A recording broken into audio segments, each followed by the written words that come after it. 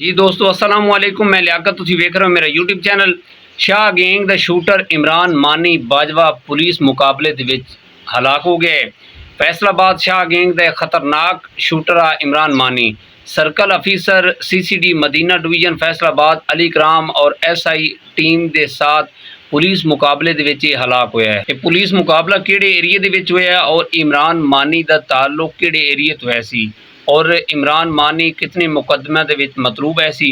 Overall इसी मौजू से तुहाडे नाल डिस्कस करांगे। साडे चैनल नूं सबसक्राइब करो, बैल आइकन बटन नूं प्रेस करो और वीडियो नूं शेयर करो। पिछले दिनों दे विच शाह गैंग फैसलाबाद दे विच एक बड़ा वड्डा गैंग है सी जिहदे विच 6 भाई मुलविस है सन। ओवरऑल डकैती, चोरी, राहज़नी और कतल दे विच मुलविस है सी। उन्हां दा मुकम्मल खात्मा कीता गया है इस पूरे शाह गैंग दा, जिहदे विच कुछ चंद अनासर मफरूर सी जिहदे विच जनाब इमरान मानी शूटर ये भी उस ग्रुप का हिस्सा है सी जिहड़ा गिरफ्तार हुए सी। फैसलाबाद एरिए इस ग्रुप ने बहुत ज़्यादा अन्नी पाई हुई आई जनाब। दिन दिहाड़े लोगों को लुट के ते फायर मार देने और अलहमदुलिल्लाह CCD दे आण नाल काफ़ी काबू पै गया है। CCD मदीना डिवीजन के जनाब अपना इंस्पैक्टर अली कराम गुराया और सब इंस्पैक्टर कलीमुल्ला इस खतरनाक शूटर मुलजिम इमरान मानी नूं असले की रिकवरी के लिए लैके जा रहे हैं ते रस्ते दे विच थाना सदर का एरिया है फैसलाबाद दे विच आंदा है। 78 गांव बे खुड़ियां वरैचा का एरिया आंदा है जनाब। उत्थे जिस गड्डी दे विच मुलजिम नूं लैके जा रहे हैं उस गड्डी का टायर ब्रस्ट हो गया है। फिर 2 मोटरसाइकिल ते 5 सवार आंदे ने जनाब। पुलिस पार्टी ते फायरिंग शुरू कर देंदे ने ताकि असीं इमरान मानी नूं छुड़ा सकीए। इन्हां हमलावरां दी ज़द दे विच आके मुलजिम इमरान मानी शदीद जख्मी हो गया और एक कांस्टेबल भी जख्मी हो गया। इन्हां जख्मियों को फिल फौर करीबी हस्पताल शिफ्ट किया गया ताकि इन्हां दी जिहड़ी उत्थे तीमारदारी की जा सके और इन्हें बचाया जा सके। शूटर मुलजिम इमरान मानी बड़ी बुरी तरह जख्मी होया और जख्मां दी ताब ना लांदे हुए जनाब उसकी हलाकत हो गई।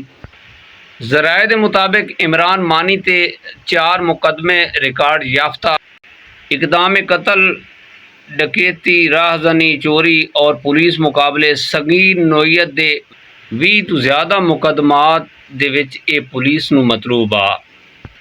इस ग्रुप का जिहड़ा CCD ने सफाया किया है और यकीन करो कि इन्हें बहुत अच्छा किया। उस इलाके दे विच इन्होंने नत्थ पाई हुई सी और यकीन करो लोगों ने खुश हो के पुलिस और CCD के हक दे विच उस इलाके दे विच पूरे फैसलाबाद दे विच रैलियां कढ़ियां हैं कि इन्होंने बहुत अच्छा किया। दोस्तों थोड़ी अपडेट तुहानूं कच्चे दे इलाके दे दईए कि कच्चे दे इलाके दे विच CCD की कार्रवाई दे विच मारे गए जनाब बरकत माची की तस्वीर CCD नूं बड़ी मालूमात दे गई है। उच शरीफ के इलाके दे विच आवाम दे विच खौफ हिरास पैदा करने वाले और ब्लैक मेलिंग सादा आवाम नूं पैगाम दे के संगीन नताइज दी धमकियां देने वाले और रकम बटोरने वाले शार्ट लिस्ट हो चुके हैं जनाब और इंशाअल्लाह अन करीब उन्होंने जनाजे तुहानूं देखण नूं मिलणगे। अलहमदुलिल्लाह CCD पूरे पंजाब दे विच एक्टिव हुई हुई है माशाअल्लाह। साडे इलाके दे विच 1-2 ऐसे काम CCD ने कर चुकी है जनाब जिहदे विच उन्हां नूं पता ही नहीं चला मुलजमां नूं CCD ने कैफे किरदार तक पहुँचा दिता।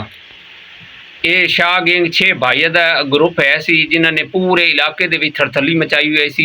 इन्हां दे इलाके दे विच बगैर इजाजत तो तुसीं नहीं जा सकते सी। खुड़ियां वड़ैचां दे विच जनाब इन्होंने हर बंदे दी जिंदगी तंग की हुई आई। इस शाह गैंग ने जनाब लोकां दियां ज़मीनां ते नाजायज़ कब्जे किए। एक बंदे दा 10 मरले दा प्लाट इन्होंने कब्जा करने की कोशिश की। जदों उन्हें बंदा नहीं मनिया इन्होंने जनाब उन्होंने फायर मार दिता और कतल कर दिता सी।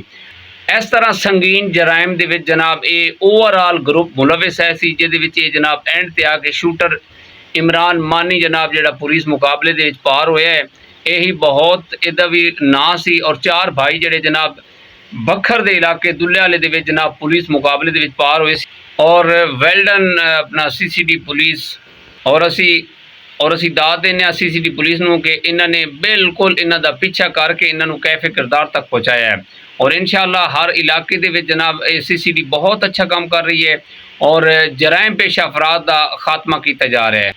जी दोस्तों इसे पैगाम के नाल अपना ढेर सारा ख्याल रखा है और अपने इर्द गिर्द नज़र रखा है और CCD के बारे अपने ख्यालात का इजहार कमेंट दे विच लाजमी कराया। साडे चैनल सबसक्राइब और लाइक शेयर लाजमी कराया है। अपना ख्याल रखा है। खुदा हाफिज़।